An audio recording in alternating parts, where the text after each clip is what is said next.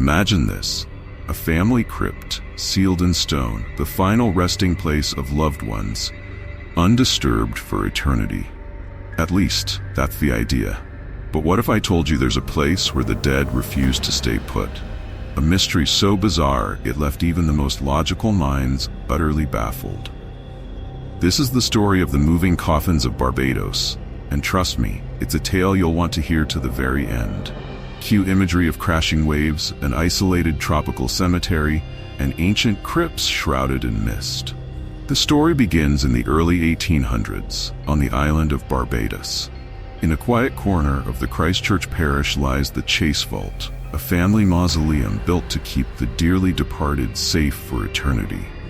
But instead of peace, this crypt became the stage for a mystery straight out of a nightmare. Each time the vault was opened to add a new coffin, the family found something chilling. The other coffins had moved. Not just shuffled around, some were flipped upside down, others shoved against walls as if hurled by some unseen force. And no, this wasn't just a case of clumsy gravediggers or a strong breeze. The vault was sealed tight with a heavy stone slab. Nothing could get in or out. Unless, of course, ghosts have gym memberships now and can bench press slabs. If that's the case, we're all in trouble. Naturally, the rumors began.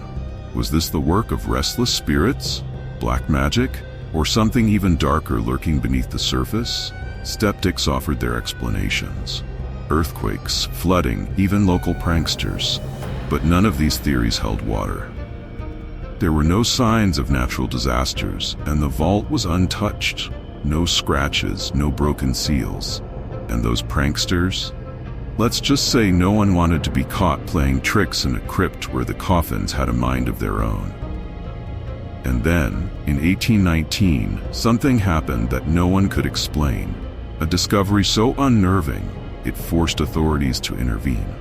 But before we get to that, here's a question for you. If you were the caretaker of this vault, what would you do? Besides, quit immediately and move far, far away. By 1819, the mystery had reached its peak. The governor of Barbados ordered an official investigation.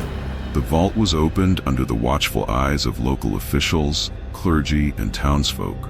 What they found inside chilled them to the bone. Once again, the coffins were in complete disarray. Heavy lead caskets tossed around as if they weighed nothing. Even the smallest coffin, belonging to a young child, had moved to an entirely different position. The governor's team resealed the vault, adding sand on the floor to catch any future disturbances. And then they waited. Months passed, then years, and finally, the vault was opened one last time. What they found when they reopened it changed everything. When the vault was reopened, the sand on the floor was untouched. No footprints, no disturbances. And yet, the coffins had moved again. The governor, now convinced that something unnatural was at play, ordered the coffins to be removed and reburied elsewhere.